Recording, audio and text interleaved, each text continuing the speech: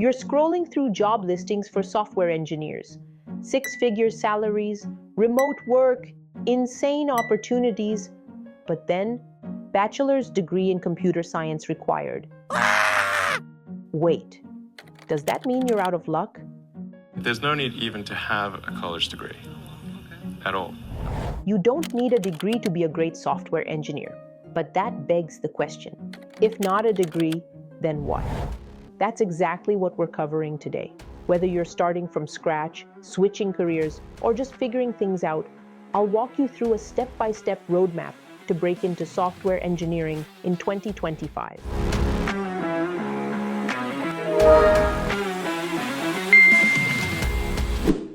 The internet is packed with coding courses, and it's easy to get lost.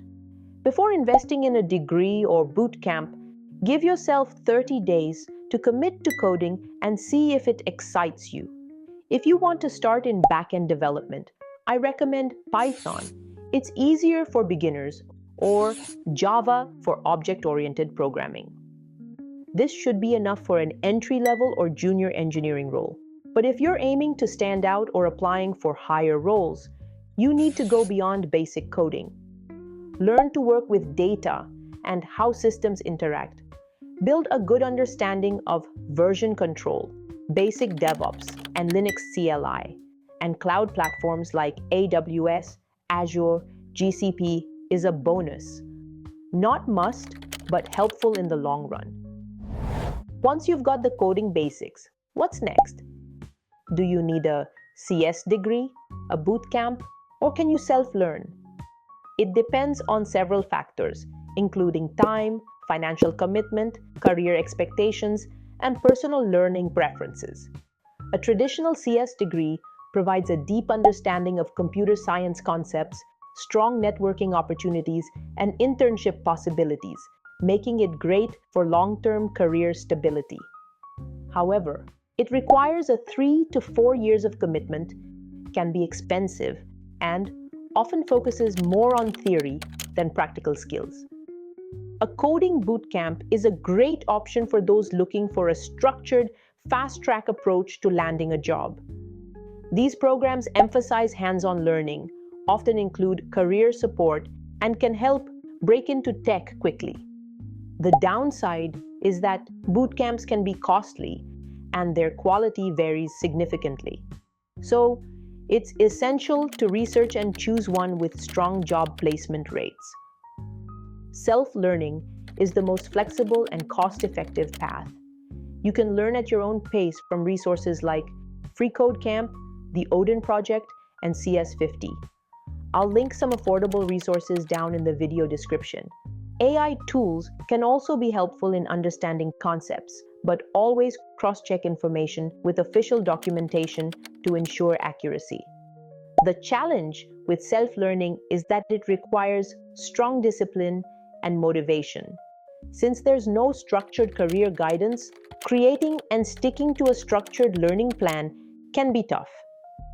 No matter which path you choose, commit to it for the next 3 to 6 months and focus on learning by doing as much as possible. Your skills won't matter if no one can see them. You'll need a solid resume that highlights your experience and projects that makes you stand out to recruiters.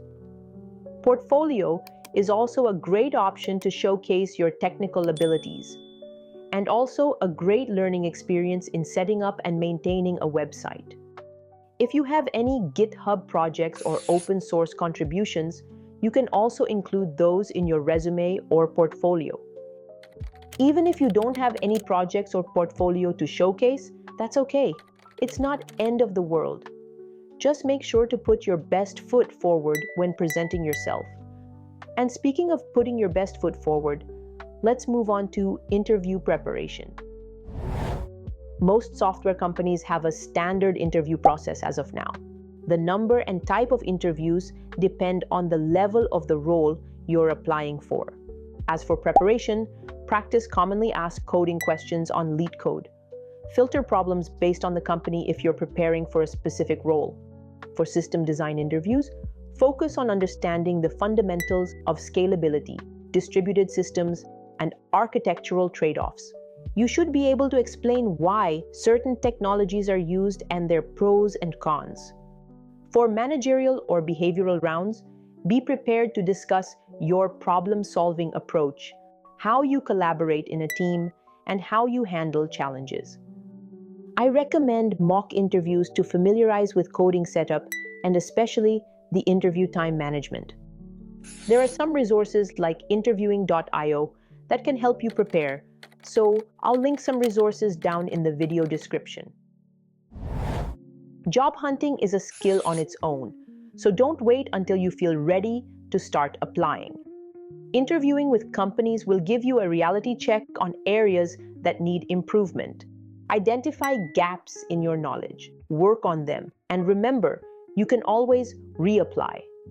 Most companies have a 6-month cool-down period so that you can work on the areas you're lacking before trying again.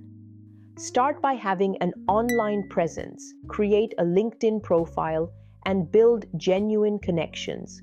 Reach out to recruiters, developers, and hiring managers from the companies you're interested in. But don't just ask for a job, start conversations. Referrals and networking are often more powerful than applying to hundreds of jobs. So, reach out to alumni from your school or bootcamp and ask for referrals.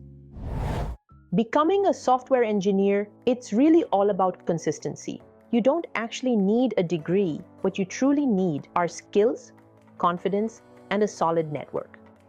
The tech care way more about what you can actually do, not just what's written on your resume. Rejections? It happens to all of us.